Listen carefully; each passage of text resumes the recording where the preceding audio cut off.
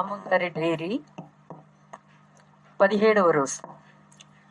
ఇక్కడ నుంచి స్వామి వ్యాఖ్య సరళమైనది. అది ఆయన అనుగ్రహం.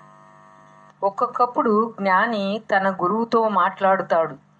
స్వామి, నీ ఉపాధిలో ఉన్నప్పుడు ఏ విధమైన సహజానుభవంలో ఉంటివో ఈ నా ఉపాధిలో కూడా ఆ అనుభవాన్నే పొందమని అడుగుతాడు.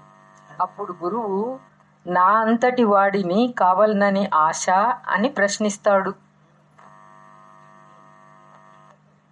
నీ అంతటి వాడిని నేను అనడానికి ఇక్కడ నాకు వ్యక్తిత్వం లేదు కదా, అప్పుడు ఉన్నదెవరు? మీరే కదా. ఆ సమయంలో నా ఉపాధిలోని అంతర్గతమైన వృత్తిలో వ్యక్తిత్వం లేని శరణాగతిని ప్రకాశింపజేసే శుద్ధాత్మ మీరే కదా.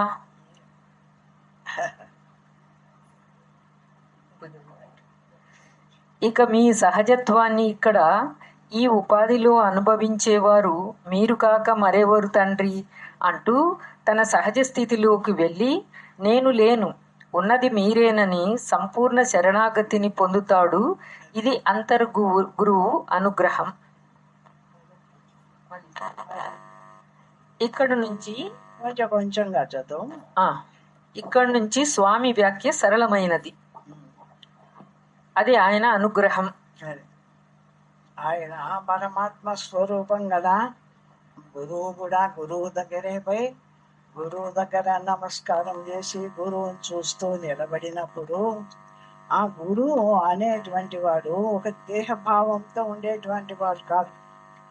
ఆ గురువు కూడా అఖండమైన సర్వవ్యాపకమైన బ్రహ్మస్వరూపుడుగానే ఉన్నాడు కదా. ఆ బ్రహ్మస్వరూపంగా ఉన్నాడు కాబట్టి ఇప్పుడు ఈ దేహంలో ఈ మనోబుద్ధులకు కూడా సాక్షిగా ఉండేటువంటి జ్ఞానస్వరూపం ఏది అంటే ఆ గురువు ఒక అనుగ్రహ రూపమే.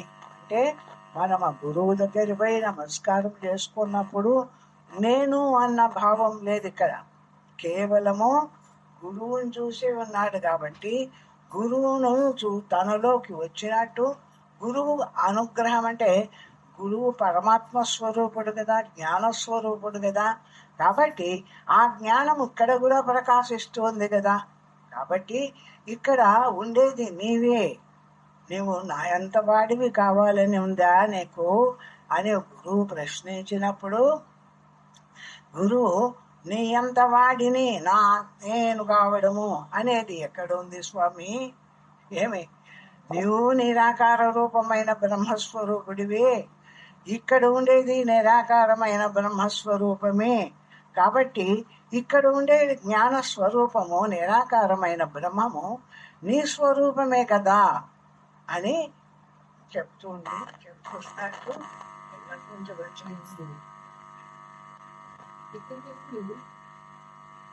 అదే ఒక్కొక్కప్పుడు జ్ఞాని మాట్లాడుతాను. ఉపాధిలో ఉన్నప్పుడు ఏ విధమైన సహజానుభవంలో ఉపాధిలో అది ఆ గురువుని ఏమని ప్రార్థిస్తున్నాడు అంటే నువ్వు నిరంతరము సహజమైనటువంటి పరమాత్మ అనుభవంలో ఉంటావు కదా, ఇక్కడ ఉండేది కూడా నీవే కదా. ఇప్పుడు ఇక్కడ కూడా ఆ సహజమైన పరమాత్మ అనుభవంలోనే ఉండు అని అడుగుతున్నాను.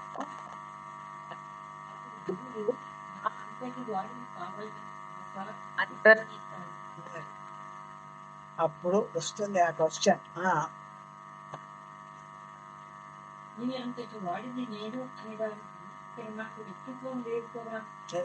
నేను అనేటువంటి దేహభావం లేదు కదా. నేను ఇప్పుడు కూడా ఎట్లున్నాను అంటే బ్రహ్మభావంతోనే పరమాత్మననేటువంటి భావంతోనే ఉన్నాను కానీ నా దేహం అనే భావంతో లేను కదా. కాబట్టి పరమాత్మగా ఉన్నప్పుడు నీవు ఏ పరమాత్మ స్థితిని పొందుతున్నావో ఆ పరమాత్మనే నా స్వరూపం కూడా కదా అని. మీరే కదా ఆ సమయంలో నా ఉపాధిలోని అంతర్గతమైన వృత్తిలో వ్యక్తిత్వం లేని శరణాగతిని ప్రకాశింపజేసే సిద్ధాత్మ మీరే కదా. అదే ఎట్లా ఎవరు ఇక్కడ కలుగజేస్తున్నారు?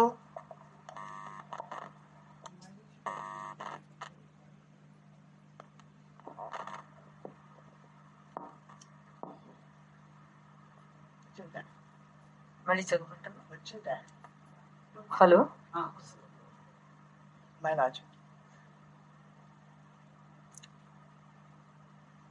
మీరే కదా ఆ సమయంలో నా ఉపాధిలోని అంతర్గతమైన వృత్తిలో వ్యక్తిత్వం లేని శరణాగతిని ప్రకాశింపజేసే శుద్ధాత్మ మీరే కదా.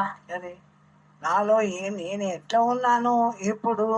ఒక ఈ దేహమాత్రంగా నేను ధ్యానించలే.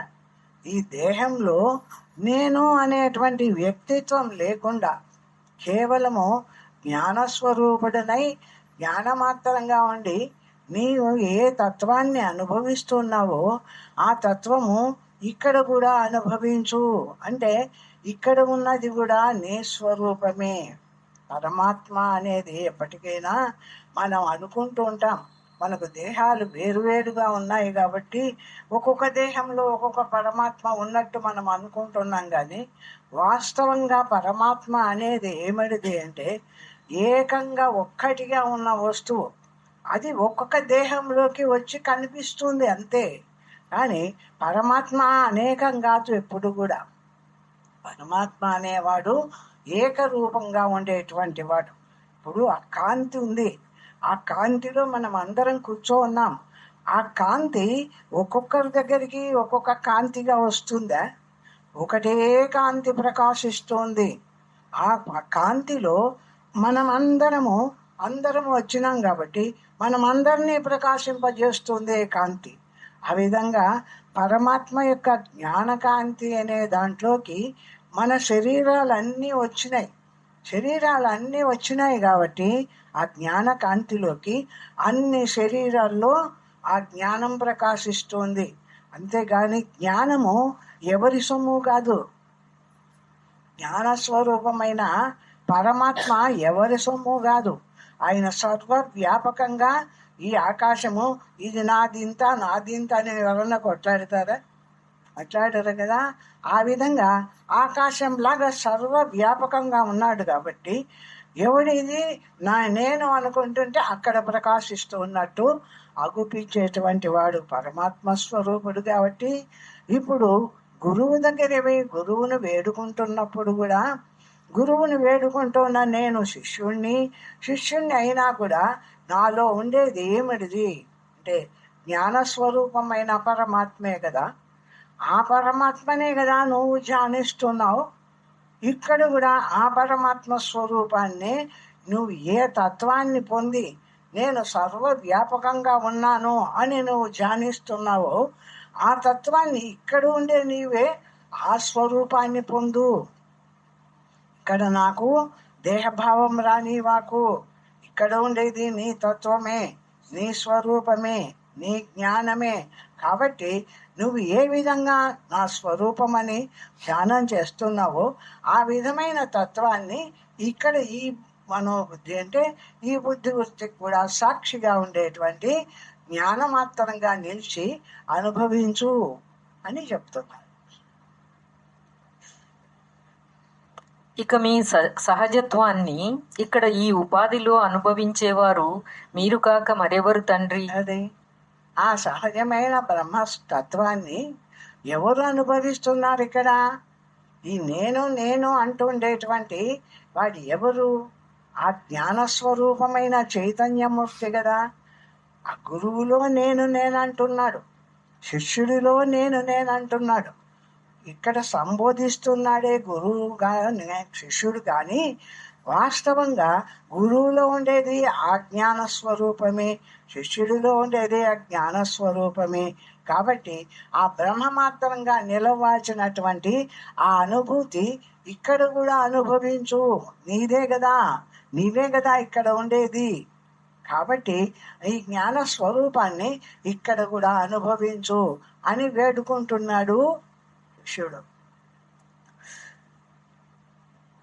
అంటూ తన సహజ స్థితిలోకి వెళ్ళి నేను లేను, ఉన్నది మీరేనని సంపూర్ణ శరణాగతిని పొందుతాడు. ఇదే అంటే నేను అని ఒక వ్యక్తిని ఉన్నానని నన్ను అనుగ్రహించమని కాకుండా సంపూర్ణ శరణాగతి, నేను లేనే లేను, ఉన్నదంతా నీవే. కాబట్టి నీవు ఎట్లా బ్రహ్మత్వంలో నిలబడిపోయినావో ఆ విధంగా ఇక్కడ ఉండేది కూడా నీవే. కాబట్టి జ్ఞానస్వరూపుడివై ఇక్కడ కూడా ఆ బ్రహ్మరూపాన్ని పొంది అనుభవించు అని వేడుకున్నాడు శిష్యుడు. కాబట్టి శిష్యుడు ఎప్పుడు కూడా గురువు అంతటి వాడిని కావాలని కాదు, శిష్యుడు కాదు అయ్యేది. ఇందులో ఉన్న జ్ఞానం, వాళ్ళ జ్ఞానం ఎంతటిదో ఈ జ్ఞానం కూడా అంతటి దాన్ని చేయమని గురువును వేడుకుంటున్నాను. ఇది అంతర్గురువు అనుగ్రహం. అదే ఆ విధంగా ఆ జ్ఞానస్వరూపుడుగా తెలియబడము, నీవు ఆ జ్ఞానమాత్రంగా నిలిచడము, నీవు ఆ బ్రహ్మాన్ని కమ్మని నేను వేడుకోవడము, ఇదంతా కూడా నీ అనుగ్రహమే. అంతటి జ్ఞానం కావాలి కదా, అక్కడ పూర్ణత రావాలి కదా. కాబట్టి ఇదంతా నీ అనుగ్రహమే అని అంటున్నాను. 18వ రోజు. జ్ఞాని ధ్యానానికి కూర్చుంటాడు. అప్పుడు తాను తానై ఉనికి మాత్రుడై ఉండవలనని భావిస్తాడు. వెంటనే ప్రశ్న ఉదయిస్తుంది, ఈ ఉంటానని అనుకున్నవాడు ఎవరు అని. ఉన్నవాడే ఉన్నవాడు. ఉంటానని అనడం ఏమిటి? ఉంటానన్న భావంలోనే ఏదో కొంత లేమిత్వం చోటు చేసుకుంటుంది.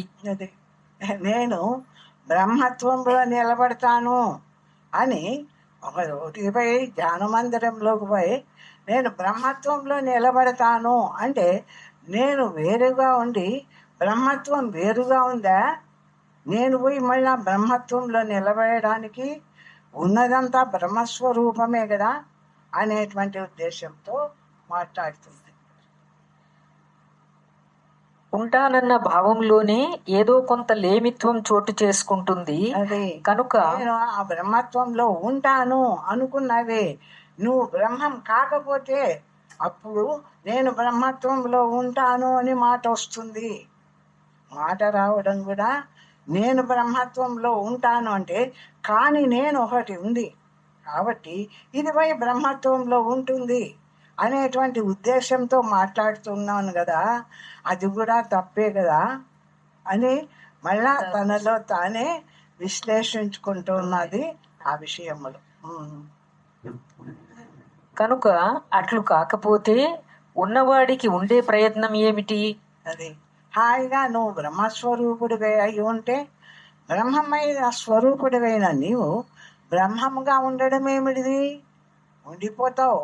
ఎట్లా ఉన్నవాడివి అట్లా ఉంటావు. కానీ నేను బ్రహ్మంగా ఉంటానని, నేను బ్రహ్మం అవుతానని అనుకోవడం కూడా నాది తప్పే కదా. నేను ఒక బ్రహ్మం కాని వాడిని బయట ఉన్నానని మళ్ళా నేను బ్రహ్మం అవుతానని ఇది కూడా నాది తప్పే కదా అని.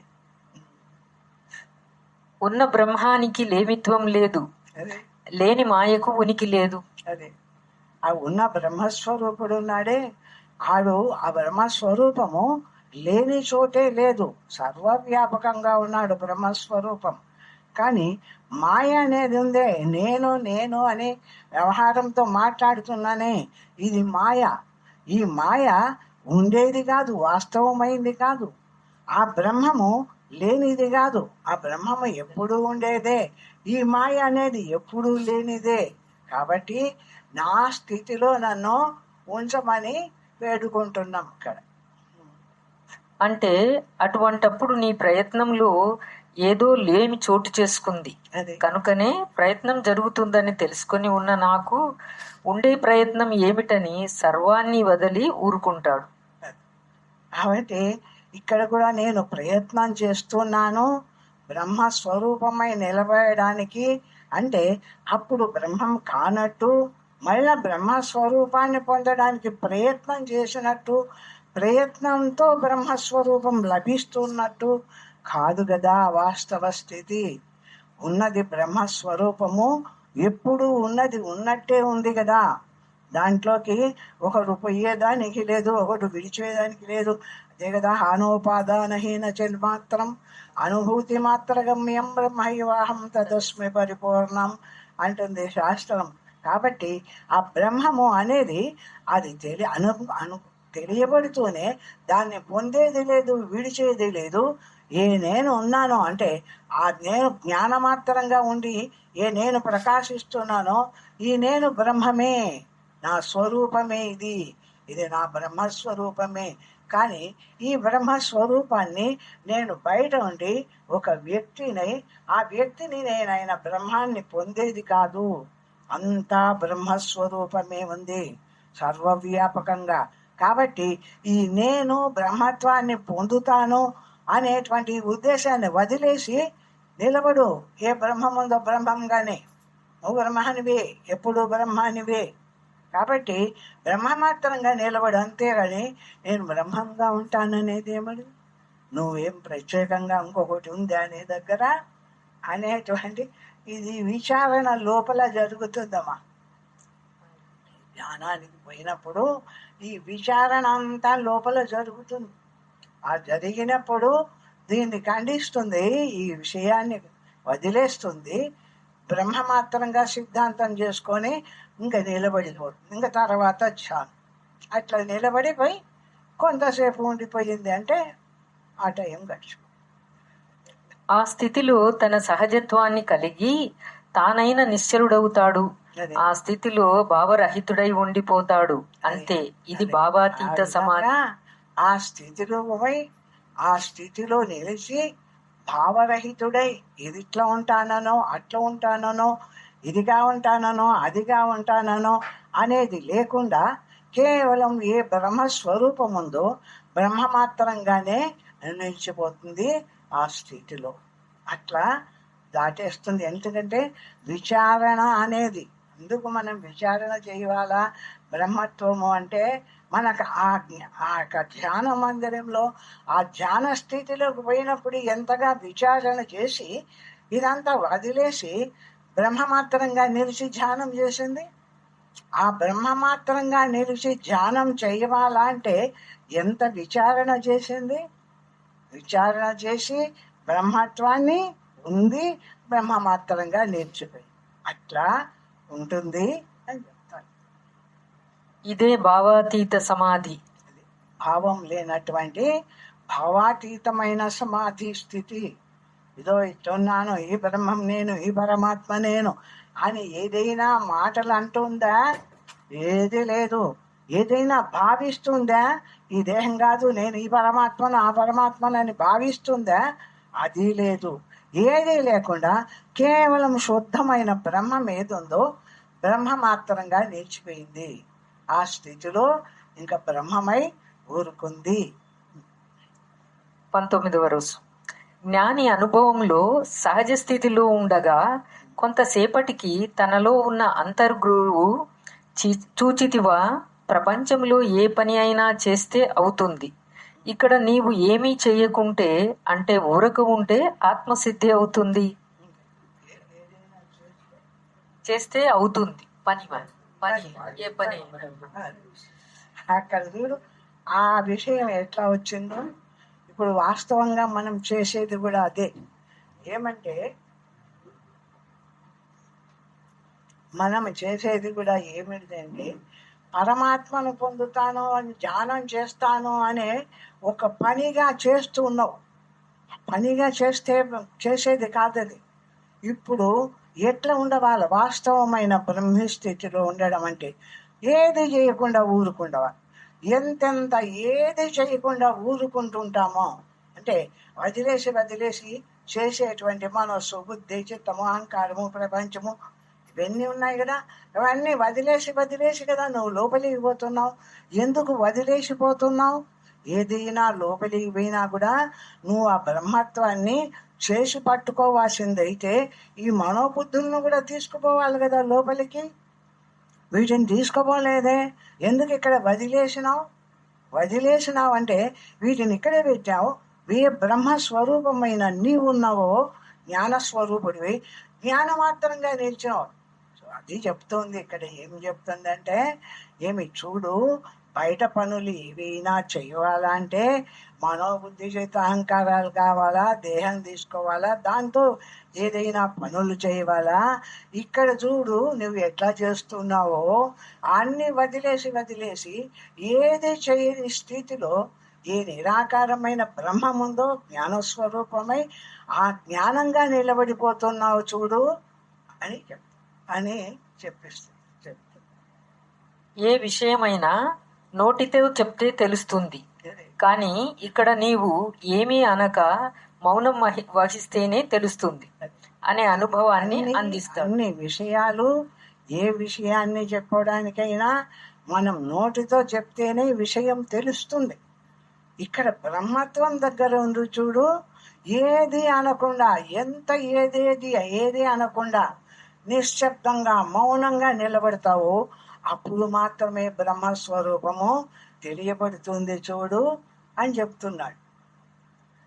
ఈ విధమైన అంతర్బోధతో మరలా తన సహజమైన నిశ్చల మౌనంలోకి పోయి తన స్వరూపంలో లయమవుతాడు. ఆ విధంగా అంతర్బోధ జరుగుతుంది.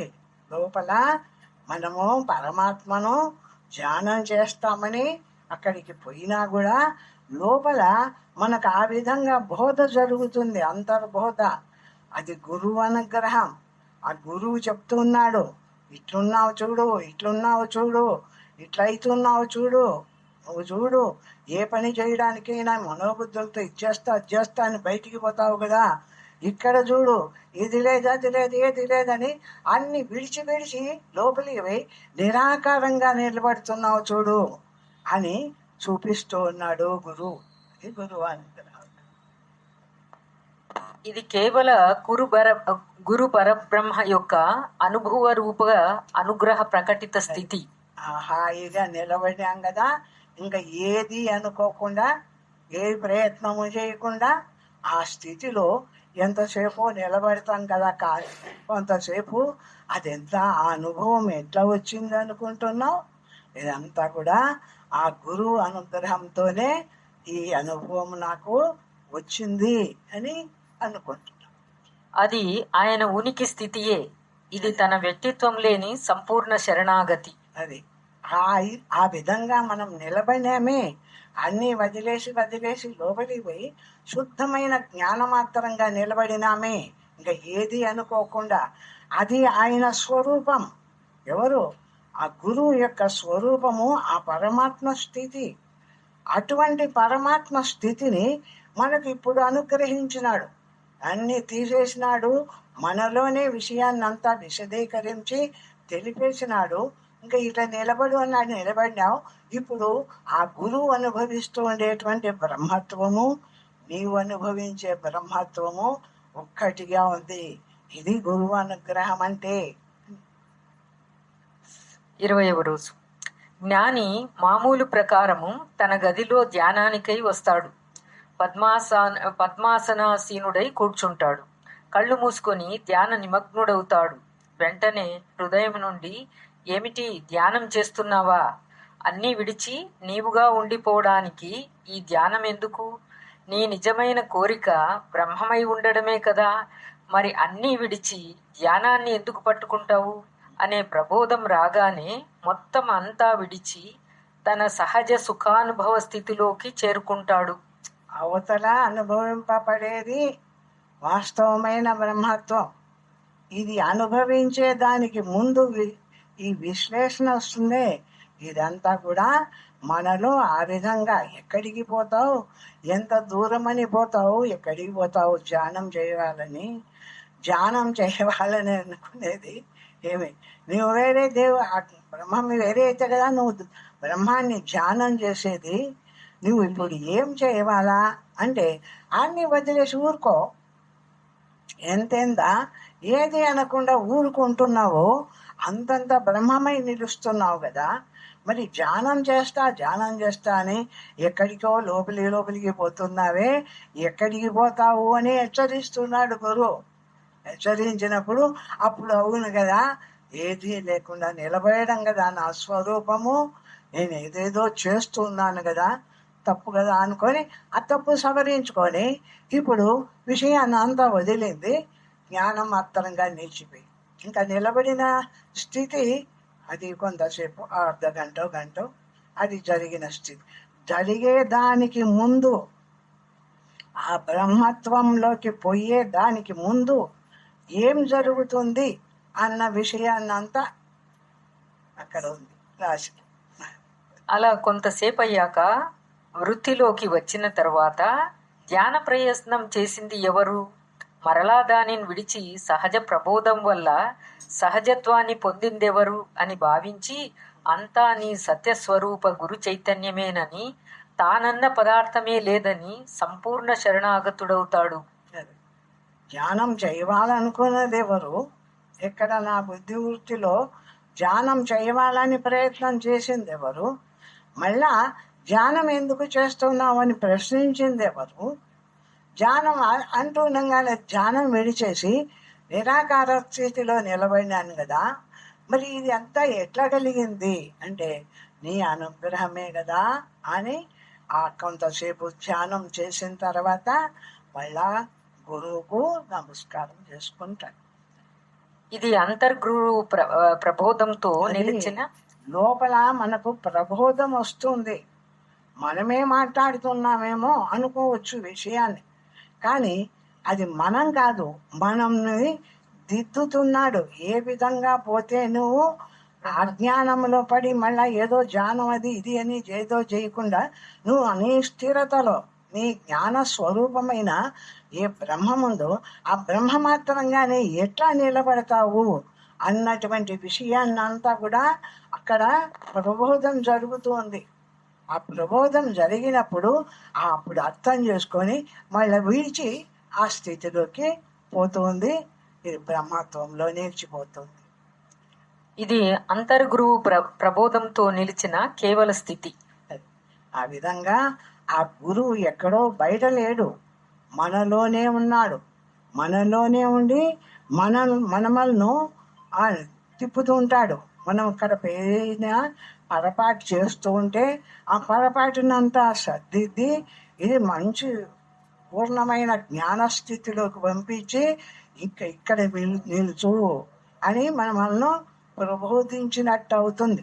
ఆ విధంగా చేస్తాడు మనలో అంతర్గురువైన పరమాత్మ. ఆ విధంగా మనల్ని ధ్యాన స్థితిలో నిలిపేస్తాడు. ఇది 21వ రోజు ప్రభ. జ్ఞాని ఉదయాన్నే ధ్యానం కొరకు కూర్చుంటాడు. కొంతసేపటికి తాను ఉనికిగా ఉండడానికి ప్రయత్నిస్తాడు. ఏది చేస్తున్నా తన అనుభవంలో తాను చేస్తాడు, కానీ దేనిలోనూ కలియని అసంగత్వంలో ఉంటాడు. ఇదే నిస్సంగత్వము, ఇది సహజ సమాధి.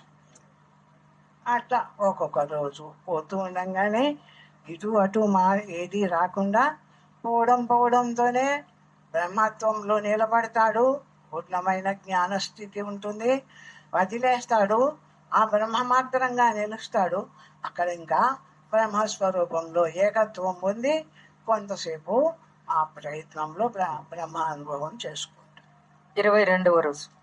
జ్ఞాని ధ్యానంలో కొంతసేపటికి తాను ఉనికిగా ఉండడానికి ప్రయత్నిస్తాడు, కానీ కొంత విక్షేపంగా కనపడుతుంది. అప్పుడు నా ప్రయత్నం ఏమిటి?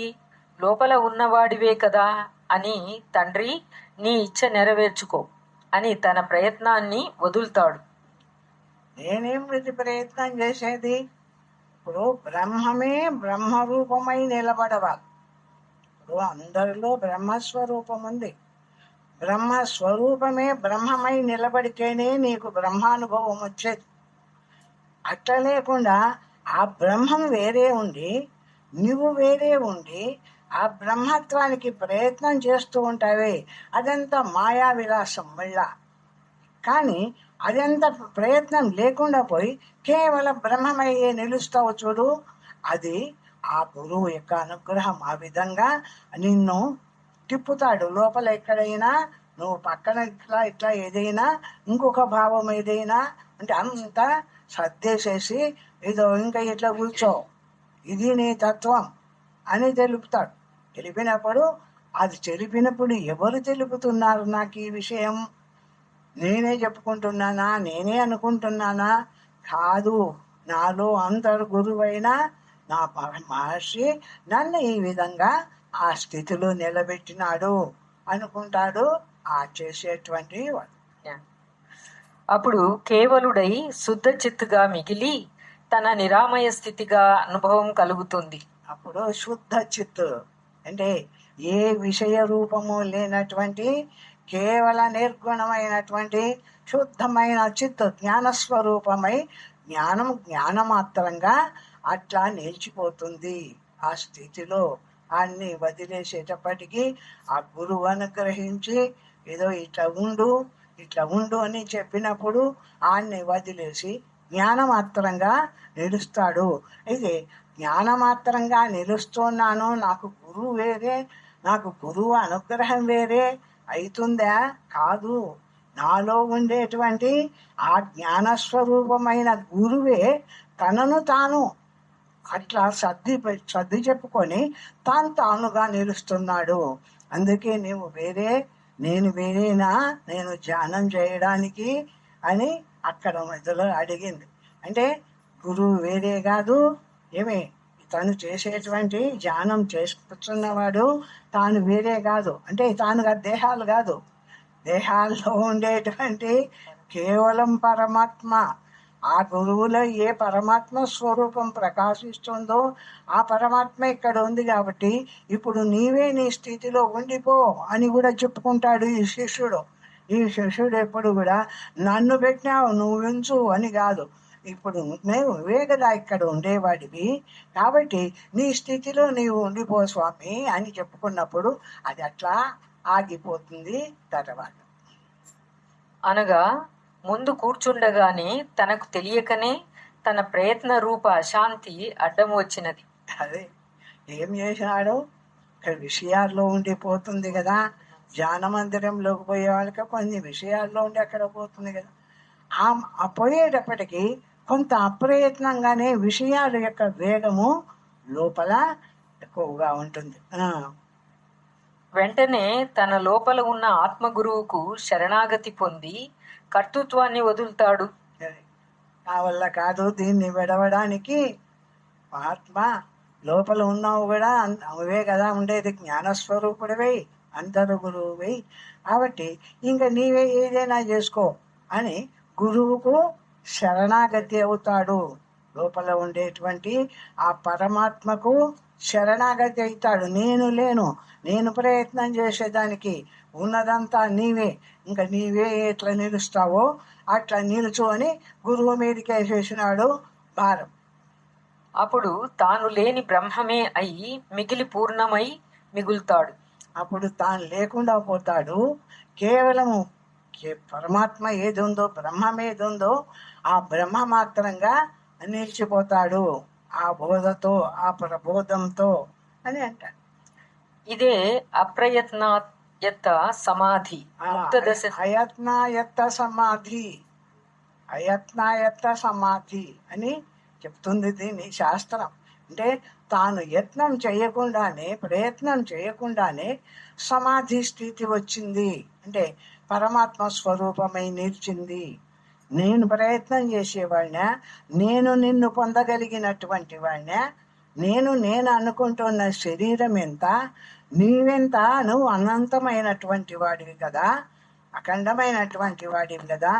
ఆ విధంగా సర్వ వ్యాపకంగా ఉండేటువంటి నీ తత్వాన్ని పొందడానికి నేనెంతటి వాడిని అని నేను అనేటువంటి ఆ యొక్క వ్యక్తిత్వాన్ని వదిలేసేటప్పటికీ, అంటే తన యొక్క వ్యక్తిత్వము, తన ప్రయత్నము ఎప్పుడు వదిలేసినాడో అప్పుడు అంతరంగంగా ఉండేటువంటి ఆ జ్ఞాన స్వరూపమైన పరమాత్మగా నిలిచి జ్ఞానమాత్రంగా నిలిచిపోయింది. పరమాత్మగా ఇంకా ధ్యానం అక్కడ కొంతసేపు. 23వ రోజు. ఈరోజు ధ్యానానికి కూర్చున్నప్పుడు ధ్యాన భావంతో ఈ గదిలోకి రాగానే అన్నీ విడిచిన సహజ స్థితి రావాలని ప్రార్థించాను. కానీ కూర్చుంటేనే తాను విడిగా ఉండి ఏవేవో అడుగుతూ ఉంది. వెంటనే నీవు ఏమి అడిగినావు అని తాను ముందు అడిగిన విషయం జ్ఞప్తికి చేసుకుని ఒకసారి అన్నీ వదిలి స్వస్వరూపుడై నిలబడినాడు. అదే ముందు వచ్చిందే అదే పోతూనే ఆ ధ్యానంగా ఉండవాలా అనుకుంటున్నాడు. అనుకుంటున్నప్పుడు అనుకుంటున్నవాడు వేరే, ధ్యానం వేరేనా? అంటే బ్రహ్మస్వరూపం ఉంది కదా, దాన్ని నువ్వు కదా ధ్యానం చేయవాలా అనుకున్నావు. నీవెవరు? నీవు ఆ ధ్యానం చేయగలవా? నీవు అనుకున్న దేహం ఇది చేయలేదు కదా. ఏదైనా తానుగా మిగలవాలంటే అందుండేటువంటి పరమాత్మ విషయాన్ని అంతా వదిలేసి తానుగా నిలిచినప్పుడు కదా ఆ పరమాత్మ స్థితి అనే ధ్యానం కుదురుతుంది. ఆ విధంగా అనుకొని మళ్ళీ అంతా వదిలేసి తానుగా లేకుండా అంటే ఈ ప్రపంచ విషయాన్ని అంతా వదిలేసి తానుగా నిలిచిపోయింది బ్రహ్మ మాత్రంగా బ్రహ్మత్వంలో అని. సహజానందుడై కొంతసేపు ఉండి తర్వాత ఈ జ్ఞప్తి ఎవరిది? తన జ్ఞానరూప అంతర్గురు రూప ఆత్మదే కదా. కనుక విడిచినవాడు అతడేనని ఈ అడిగిన తన వ్యక్తిత్వం కూడా అక్కడ లేదు.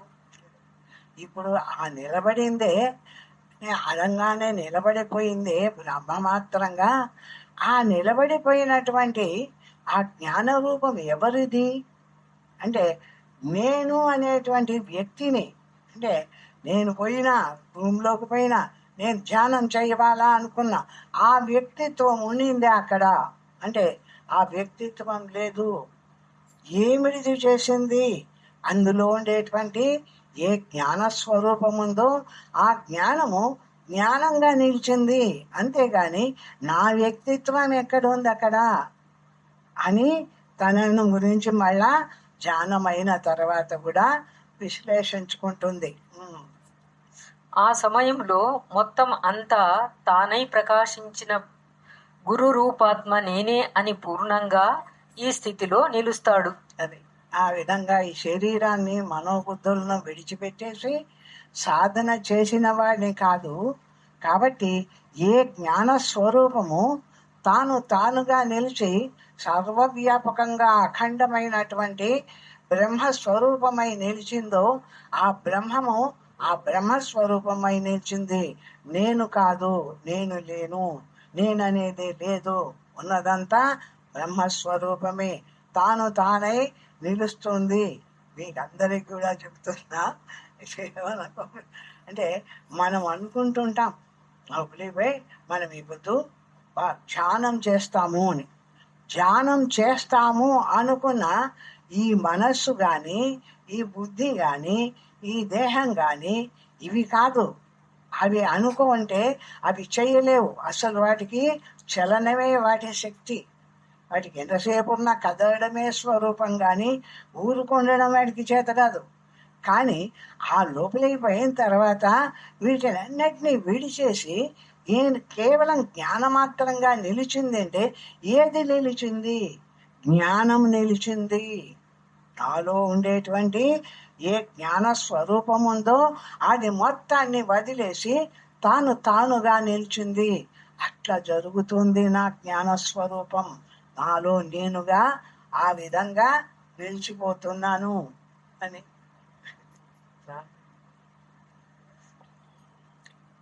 వెంటనే గురువే ఆత్మగా నేనై నిలిచాను. ఇదే అంతర్గురువు అనుగ్రహం. ఇప్పుడు నాకు ఎవరు ఈ ప్రబోధాన్ని అంతా జరిపింది? ఎవరి ఈ విధమైనటువంటి జ్ఞాన స్థితిలో నేను అనేటువంటిది లేకుండా చేసి కేవలం జ్ఞానమాత్రంగా నిలిచింది అంటే నాలో ఉండేటువంటి జ్ఞానస్వరూపమైన నా గురువే తానై నిలిచి ఈ బ్రహ్మ మాత్రమై నిలిచింది.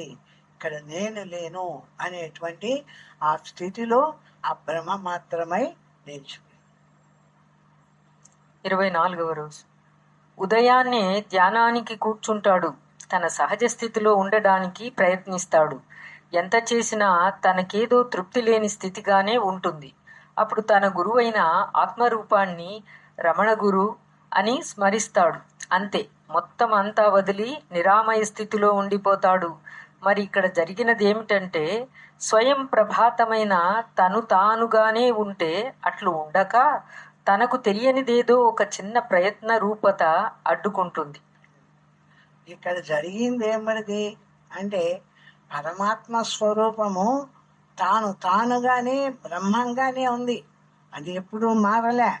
కానీ ఇక్కడ కొంచెం ఆ జ్ఞానం చోటు చేసుకొని దేహం నేననేటువంటి భావం కలిగి విషయాన్ని విడిచి ధ్యానం చేస్తామని అది మందిరంలోకి పోయినా కూర్చున్న దేహభావంతో నేను ధ్యానం చేస్తాను అనేటువంటి ఈ యొక్క నేను అనేటువంటి ఈ వ్యక్తిత్వం ఇంకా మిగిలి ఉంది.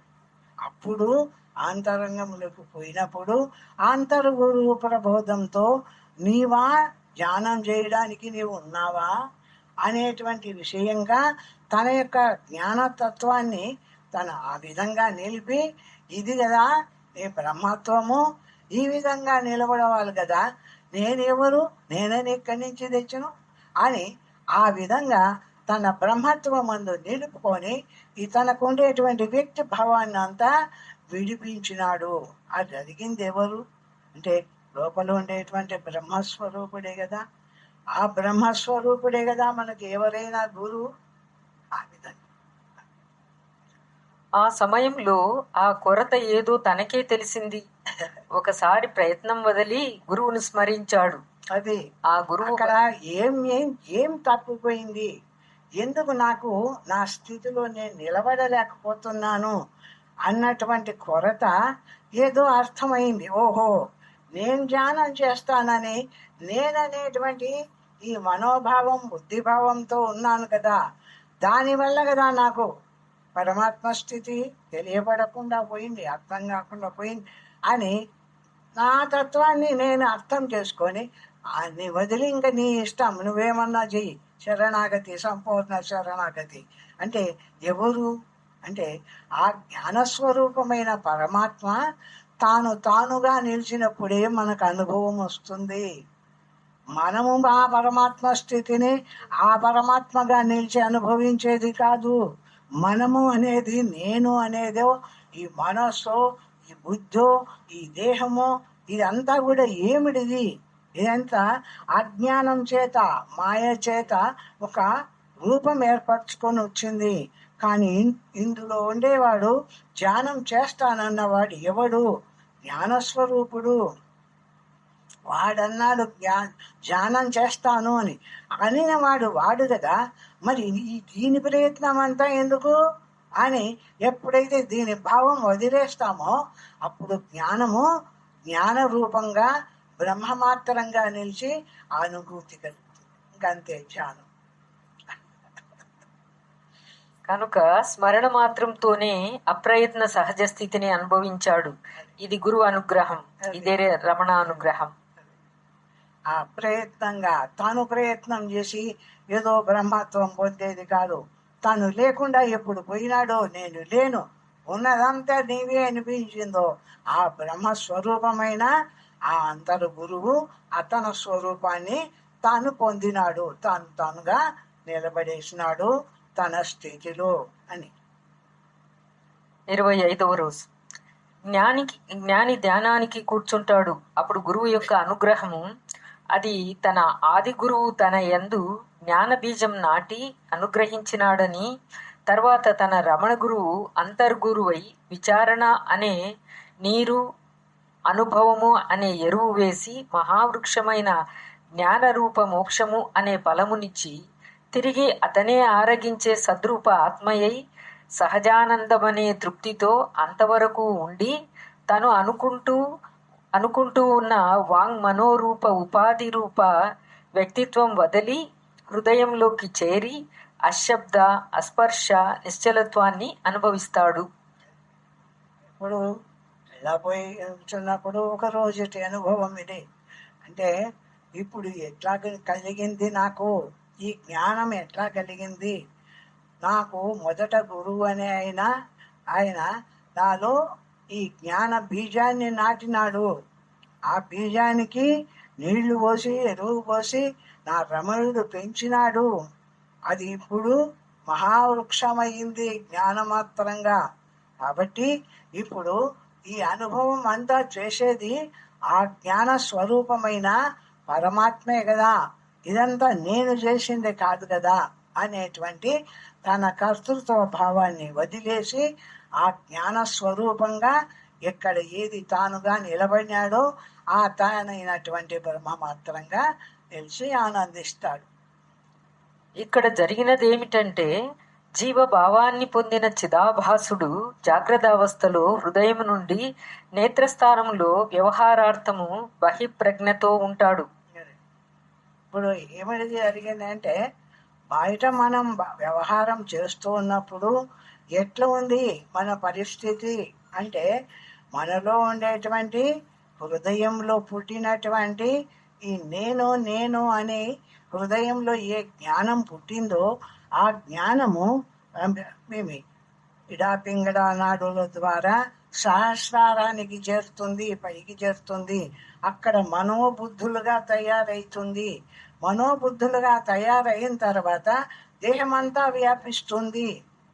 ఆ జ్ఞానమే దేహమంతా వ్యాపించి కళ్ళతో చూస్తున్నాను, చెవులతో వింటున్నాను, ఇవి ఈ ఇంద్రియాల్లోకంతా వ్యాపించి ఇంద్రియాల విషయాలన్నా అన్నిటినీ గ్రహిస్తూ ఈ కాళ్ళు చేతులు ఇవన్నీ కదిలించి ఈ బయట ఉండేటువంటి ఇంద్రియాలు వీటితో అంతటా నిండిపోయి ఇక్కడ చైతన్య రూపమై ఈ విధంగా నా జ్ఞాన స్వరూపమైన నా చైతన్యము నాలో ఈ విధంగా సర్వవ్యాపకంగా నా దేహమంతా వ్యాపించి ప్రకాశిస్తుంది. నాలో ఉండేటువంటి చైతన్యము. ఒకసారి గురు అనుగ్రహము అనే అనుభవము హృదయంలోకి లాక్కుంటుంది. ఆ స్థితిలో ధ్యానం చేయవాలా అనుకున్నప్పుడు ఏమైంది అంటే నాలో ఉండేటువంటి జ్ఞానము ఈ విధంగా సహస్రారానికి పోయి అక్కడి నుంచి దేహమంతా వ్యాపించి సర్వం వ్యాపించి బయటికి కూడా ప్రపంచ విషయంలో కూడా పోయింది కదా. ఇప్పుడు ఏం చేస్తున్నాను, నేను ధ్యానం చేయవాలా అని పద్మాసం వేసుకొని కూర్చుంటున్నాం. కానీ నేను ఎక్కడికి ఇచ్చినానంటే హృదయంలోకి వచ్చి నిలబడినా.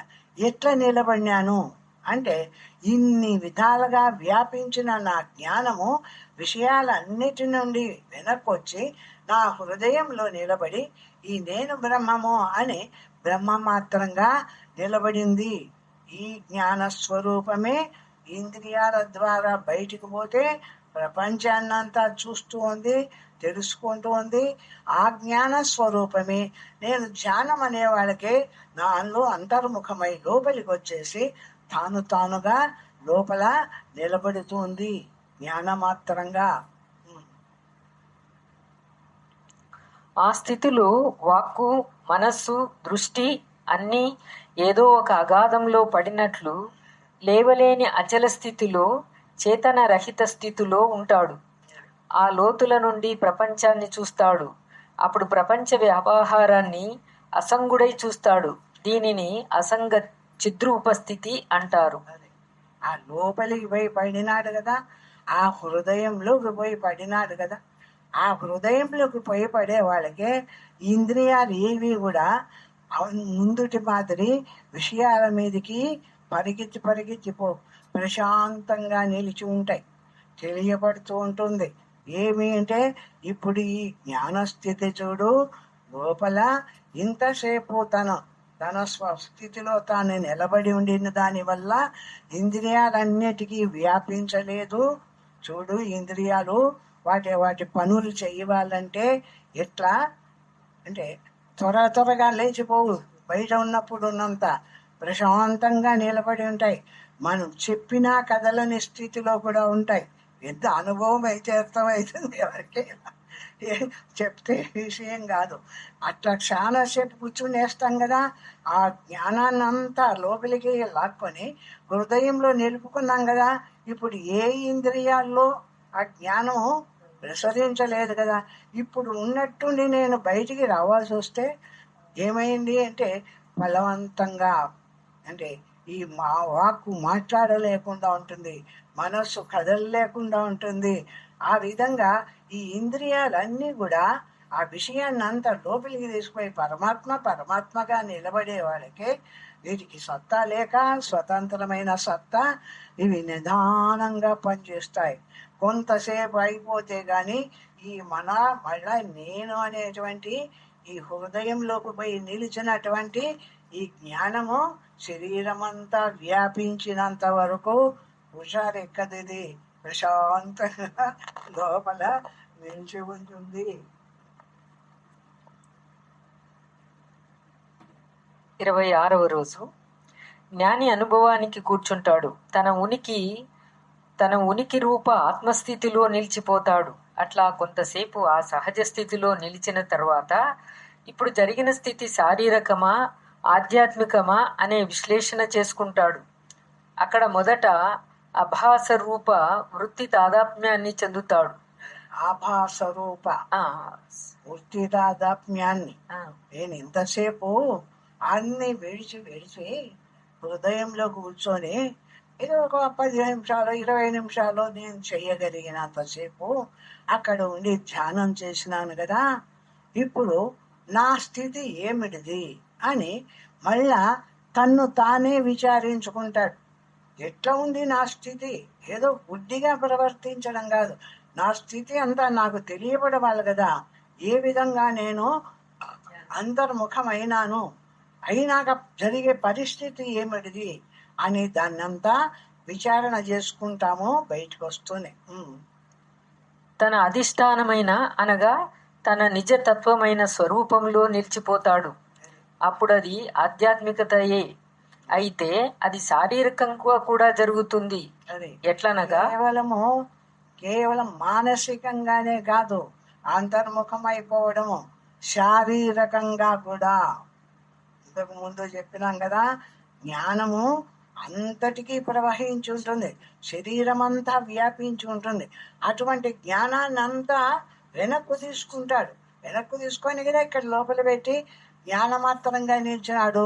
వాడు ఎంతసేపు జ్ఞానమాత్రంగా నిలబడుతున్నాడో అంతసేపు ఆ ఇంద్రియాల్లోకి అంతా ఇంకా వ్యాపించలేదు కదా. ఆ స్థితిలో తనను తాను గురించి మళ్ళా వివరించుకుంటాడు అంటాడు. ఎట్లనగా వ్యవహారార్థము మన హృదయస్థమైన చైతన్యము తనకు ఆభాస స్థానమైన నేత్రస్థానానికి ప్రసరిస్తుంది. అప్పుడు విషయాన్ని పట్టుకునే ఒక రకమైన ప్రయత్నం ఉంటుంది. అప్పుడు మనం బయటికి వచ్చిన తర్వాత మనలో ఉండేటువంటి జ్ఞానము మన నేత్రస్థానం వరకు ప్రసరిస్తుంది. నేత్రస్థానం వరకు ప్రసరించినప్పుడు ఆ నేత్రము కళ్ళు తెరిచి చూస్తుంది. ఈ సమయంలో తన సహజత్వాన్ని చేరుకోవడానికి ఆ పట్టును వదిలి తన హృదయ స్థానమైన స్వస్థానం చేరుతుంది. అప్పుడు ఇంతకు ముందు ఎట్లా జరిగింది? ఇట్లా బయట ఉండింది కదా, ఈ జ్ఞానము ఈ నేత్రస్థానంలో ఉండింది, అన్నీ చూస్తూ ఉండింది, అన్ని ఇంద్రియాలు వాటి పనులు చేస్తూ ఉన్నాయి కదా. ఇట్లా ఉండేనా ఈ జ్ఞానము? నేను జ్ఞానాన్ని అంతా తీసుకుపోయి ఆ హృదయంలో నిలబెట్టుకోనినాను కదా. అంతసేపు ఈ ఇంద్రియాలకు ఆ జ్ఞానం లేదు కదా, అంటే ఆ జ్ఞానం దీంట్లోకి రాలేదు కదా. అప్పుడు ఎట్లా ఉన్నాయి? ఇవి స్తబ్దంగా నిలిచిపోయి ఉన్నాయి ఈ ఇంద్రియాలు. అంటే ఈ పరమాత్మ స్థితిని పొందినప్పుడు కలిగేటువంటి విషయాలన్నీ చెప్తున్నా. మీకు అవసరమో అవసరం లేదో, అవసరం ఉంటే ఇట్లా సాగిస్తామైతే, లేకపోతే ఎందుకు మాకు ఇదంతా మేము పొందినప్పుడు చూస్తాం అనిపిస్తే అంటే వద్దు చెప్తున్నాయి. ఇటువంటి అన్నీ కలుగుతాయి ఆ అనుభవం చేసే స్థితిలో, అందుకు చెప్తూ ఉన్నా.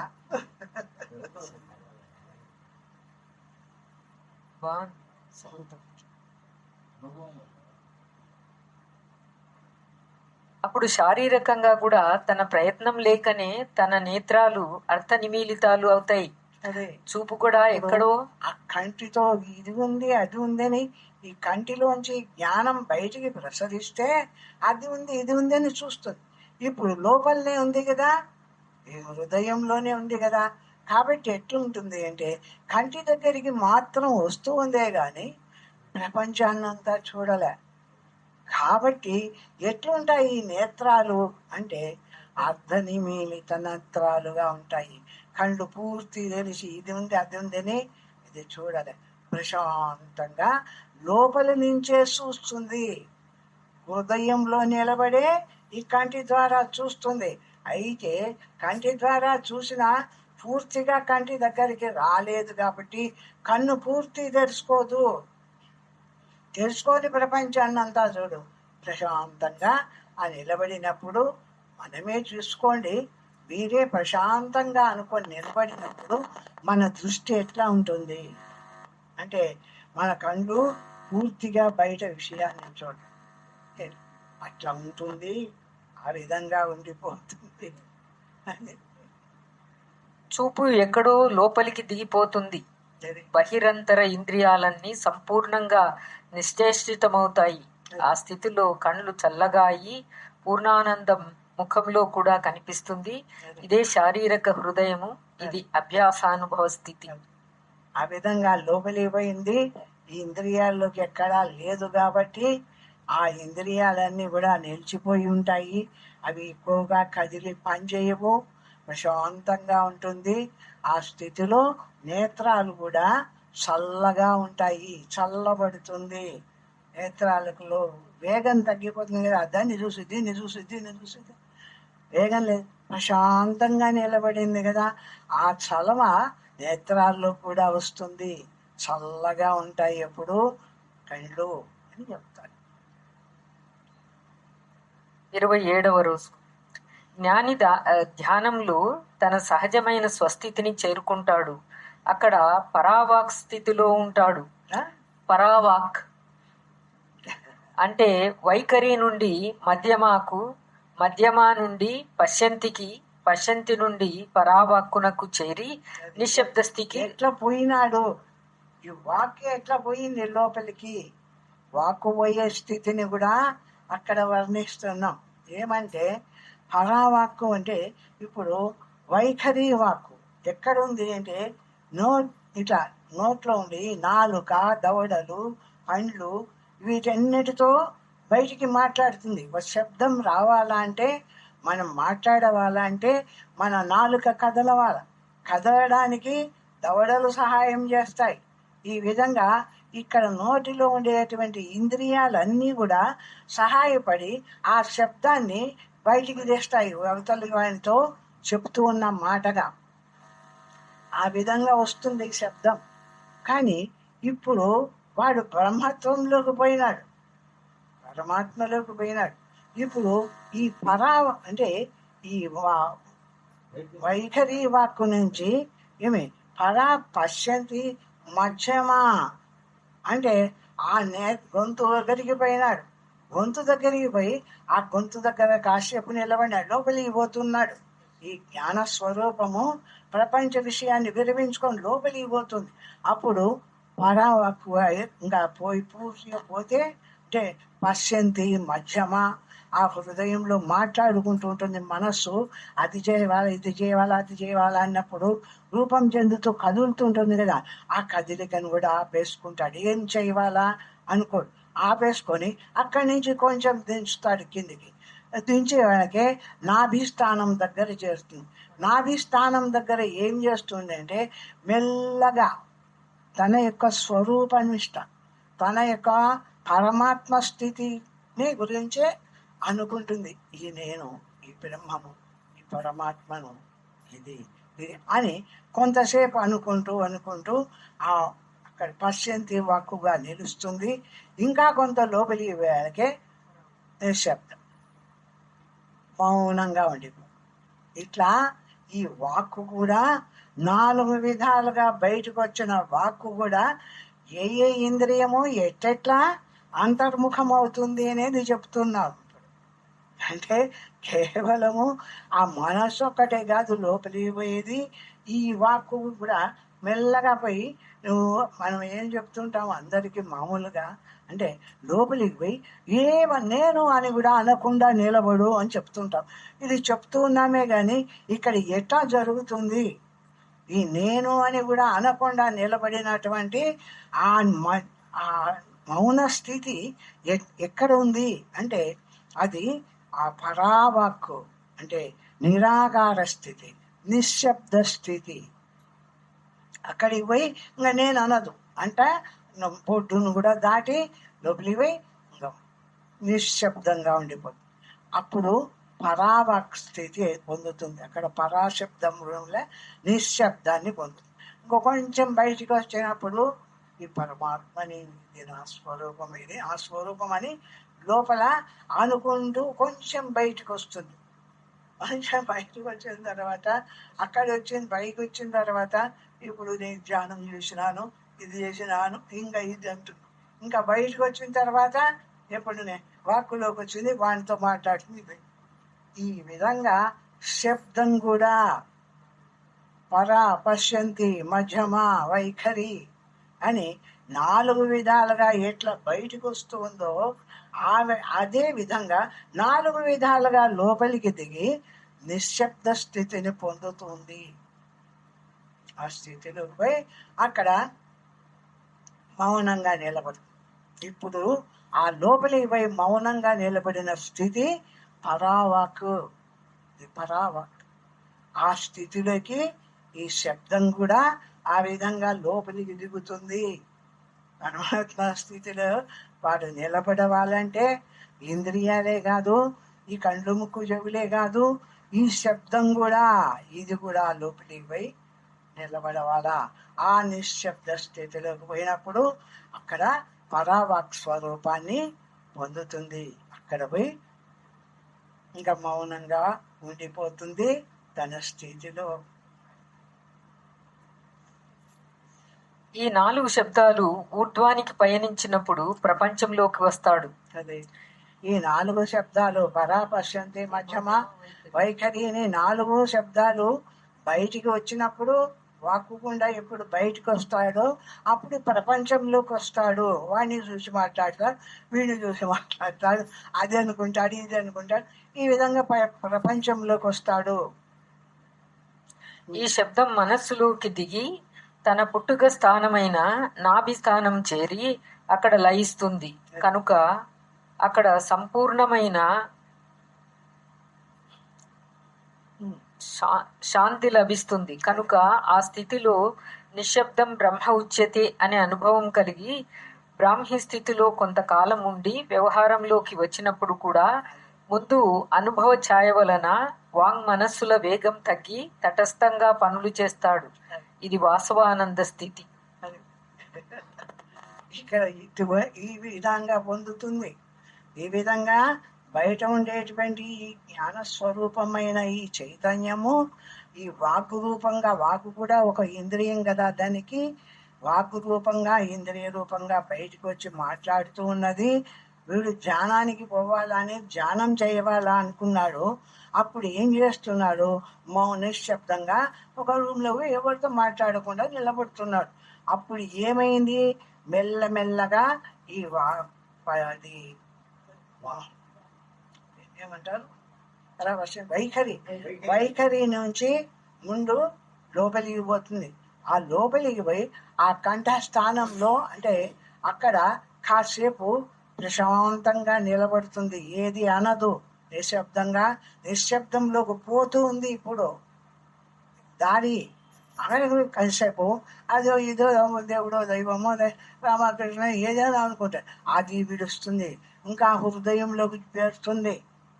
ఆ స్థితిలోకి పోయి ఇంకా విషయాలు, ప్రపంచ విషయాలు, అది చేస్తా, ఇది చేస్తా, ఇది చేయాలా అనే ఒకటి శబ్దం ఉంటుందిలే, అది కూడా వదిలేస్తుంది. అది వదిలేసి ఇంకా లోపలికి పోయి ఆ నాభిస్థానంలోకి పోయి అక్కడ పోయి పశ్యంతి, నిరాకారమైన ఏ బ్రహ్మస్వరూపం ఉందో ఆ బ్రహ్మమాత్రంగా నిలిచి బ్రహ్మస్వరూప విషయాన్ని భావన చేసుకుంటూ నిదానంగా అక్కడ కాసేపు ఉంటుంది.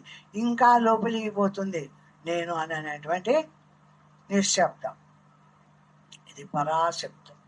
ఆ విధంగా పరాశబ్దంలోకి పోతుంది. ఈ శబ్దం కూడా పరమాత్మ స్థితిలో చేరినప్పుడు వీడు కేవలము ఏదో ఇంద్రియాలు విని ఏమో పనులు చేయకుండా నిలబెట్టాను, ధ్యానం చేస్తున్నానని కాదు, ఇది కూడా పోవాలి అట్లా లోపలికి. దీన్ని కూడా లోపల అణిచిపెట్టవాలా. అణిచిపెట్టి నిశ్శబ్దంగా నిలబడతాడు. లోపలికి పోయి అప్పుడు నిశ్శబ్ద బ్రహ్మ ఉచ్యతే అని ఆ నిశ్శబ్ద స్వరూపమైన బ్రహ్మత్వంలో లీనమవుతుంది. ఆ విధంగా లోపలికి పోతుంది ఆ పరమాత్మ స్థితి.